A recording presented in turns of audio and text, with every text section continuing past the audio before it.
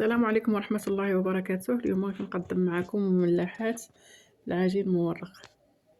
عندي هنايا نص كيلو ديال الدقيق ابيض، الملح، 2 معالق ديال الخل، وجوج معالق ديال زيت المائدة، 2 معالق زيت المائدة، 2 معالق خل، والملح، نص كيلو دقيق ابيض، والماء بارد باش نجمعوا العجين. انا كنجمع العجين ديالي بالماء بارد. العجينه تكون شويه قاصحه، ما تكونش مرخوفه. هاي العجينه ديالي بعد ما جمعتها، دابا غادي ندوز نطلقها معاكم مباشره. بعد ما جمعتها غادي ندوز نطلقها معاكم.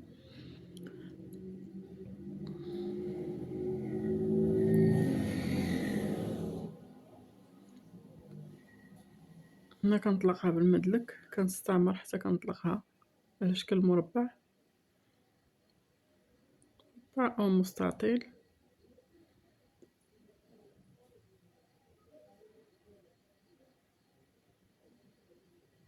انا بعد ما طلقتها كندوز عليها بالمدلك.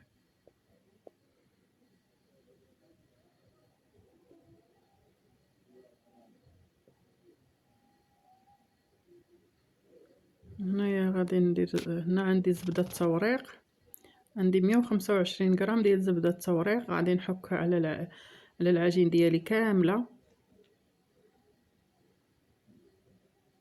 هاي هنا بعد ما حكيت هذيك زبده التوريق على العجين كامل، دابا غادي ندوز نطويها على شكل رولي، على شكل رول، بهذه الطريقه المبينه في الصوره. انا كنستعمل حتى كنطوي العجين هكا كامله.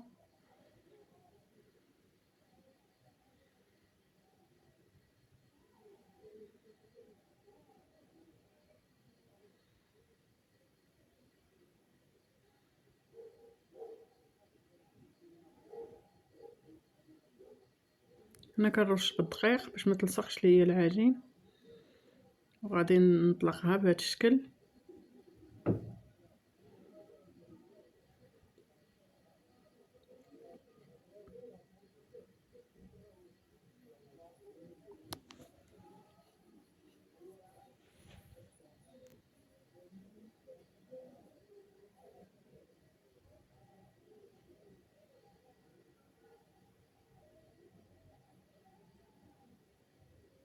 هنا كنطلق العجين ديالي بالشكل المبين في الصوره، كنطويها على 3 بحال غادي ندير رغيف. كنطويها بهذا الشكل وكنعاود نسرحها مره اخرى. دابا هذا الطرق الثاني.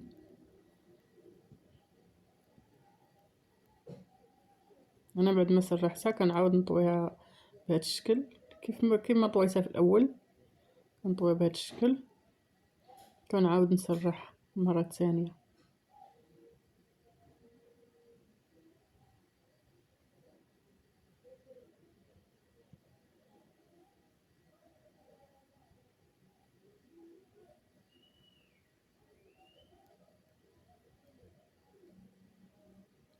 هنا بعد ما طويو العجين خليوها ترتاح لمده ديال 10 دقائق، عاد سرحوها. انا هنا راه مباشره طويتها وكنعاود نسرح.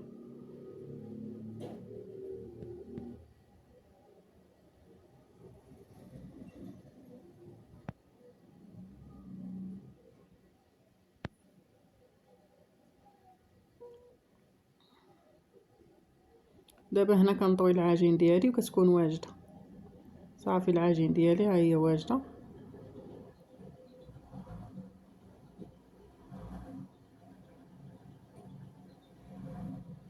ها هي العجين ديالي كتجي مورقه بهذا الشكل.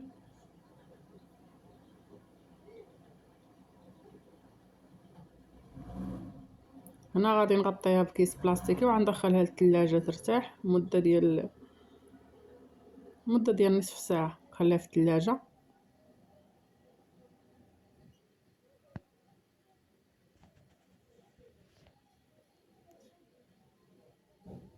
العجين واخا تبات في الثلاجه ما كيوقع عليها والو. هنايا غادي نسرح العجين ديالي. دابا غادي نشكلها ونسرحها باش نشكل منها.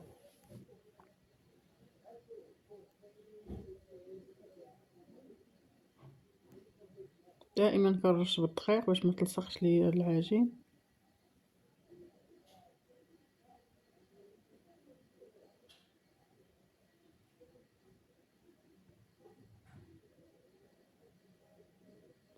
هنا بعد ما سرحت العجين غادي ندوز نقطعها مربعات على شكل مربع او مستطيل بهذا الشكل.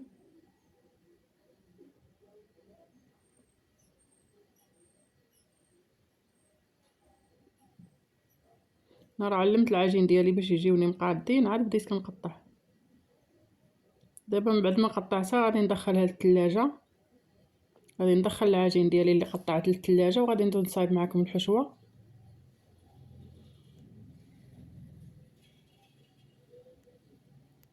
هنايا عندي المرصديلا مقطعه طريفات صغار، المرصديلا مقطعه طريفات صغار، وعندي الجبن محكوك، جبن موتزاريلا، وعندي الجبن الطاري.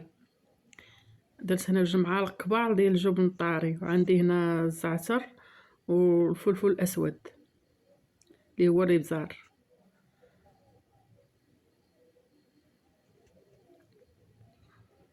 هنايا هاهي الحشوه ديالي بعد ما خلطتها. دابا غادي ندوز نشكل معاكم. هنا راه بديت كنشكلهم. هنايا كندير الحشوه في دوك المربعات اللي قطعت، كندير الحشوه في الوسط، وكندهن بالبيض. بيضه خفقتها كامله وكندهن بها، بيضه كامله كندهن بها الجوانب باش يلصقوا. كندير نضغط عليهم بالفرشيط، نضغط عليهم بالفرشيط بهذا الشكل. صافي دابا غادي ندوز ندير فيهم فتحات بحال هكا بالموس بهاد الطريقه. هنا غادي نعاود معاكم وحده اخرى. هنا هادي انا راه دهناها بالجوانب ديالها بالبيض. غادي ندوز ندير فوقها وحده اخرى بهذا الطريقه بهذا الشكل. صافي وكنضغط عليها بالفرشيط ودوز ندير فيها فتحات بالسكين بهذا الشكل. دابا بعد ما كملتهم كاملين الطائر ديالي كاملين غادي ندوز ندهنهم بالبيض. غادي ندهنهم بالبيض وغادي ندخلهم الفران يكون سخون من قبل. نسخنوا الفران مزيان وكندخلوهم على نار متوسطه، يطيبوا على نار متوسطه، يطيبوا من تحت وعاد نهبطوهم يتحمروا من فوق. هما المملحات ديالي بالبنا طابو، كيجيو رائعين هاد المملحات. كنتمنى ينالوا اعجابكم. هما كيفاش كيجيو من داخل، يجيو طايبين ومقرمشين.